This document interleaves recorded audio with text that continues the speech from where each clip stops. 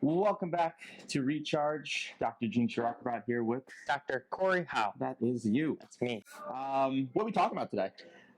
We are talking about wrist strength. You're about to beat me with that club.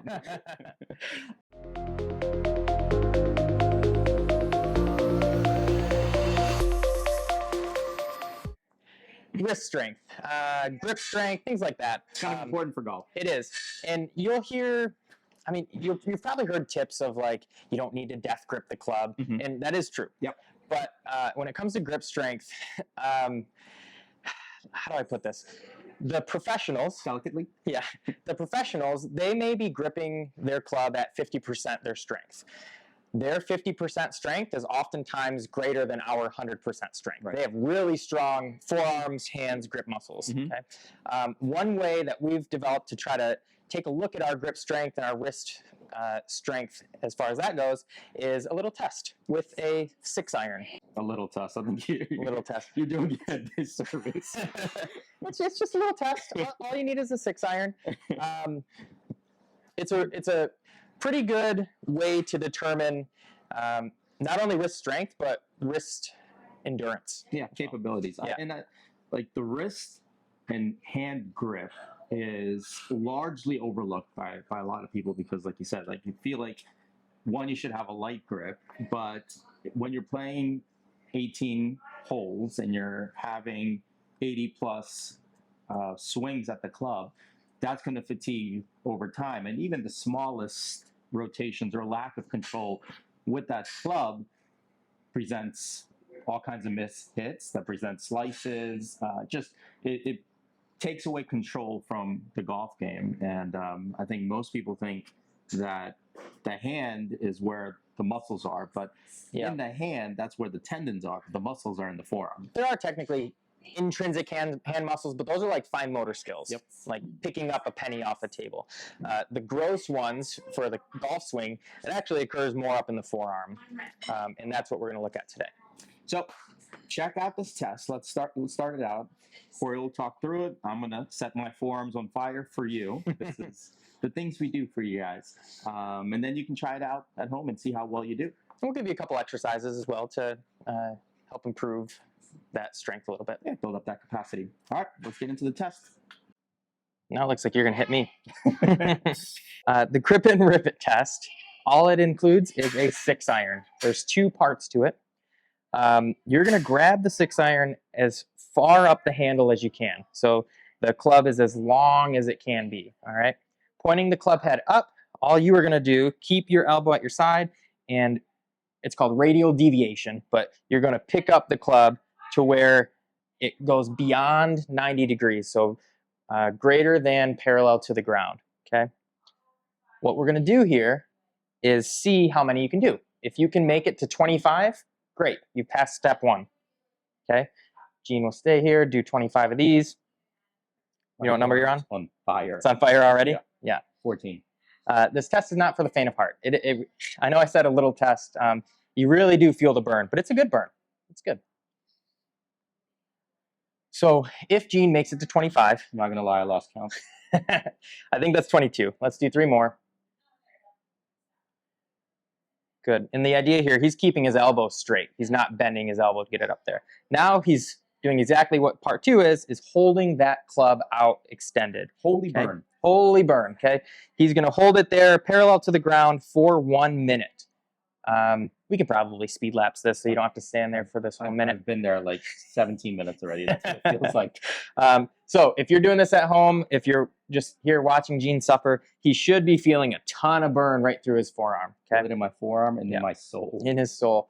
The idea here, in our backswing, when we lift our club back, it's radial deviation that we're picking our club there.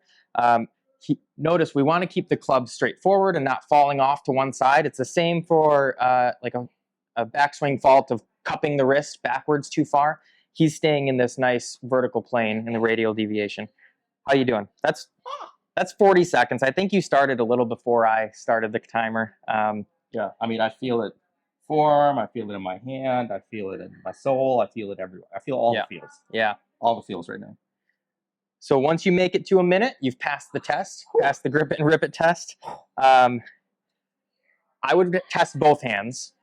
You can rest a little bit in between if you'd like, but the test again is 25 wrist only radial deviations with a 6-iron, and then if you make it past the 25, hold it parallel with the ground for a minute.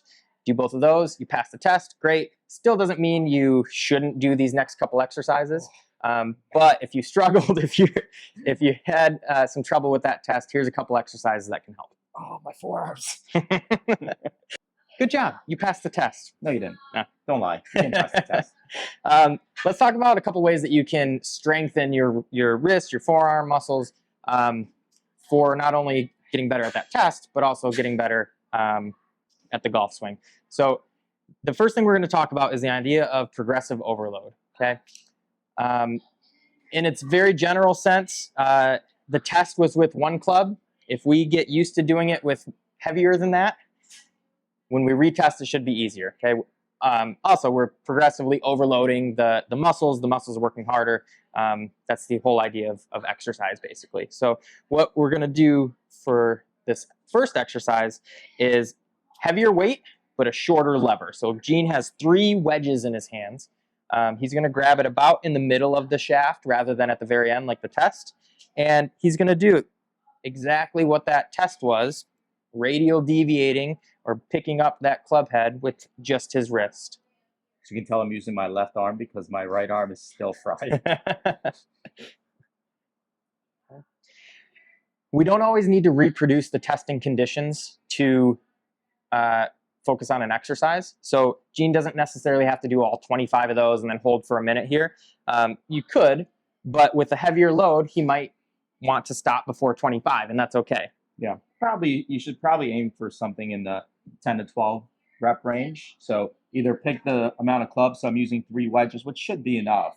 But if you grip it closer to the heads, it's going to make it easier because, like Corey said, the lever is a little bit shorter, and the further you back you go towards the handle, the harder it will be. So you want to find the depth that challenges you at those 10 to 12 reps versus necessarily adding more clubs. Yeah, we don't want those 10 to 12 reps to feel easy. It should start to feel the burn towards the end of that.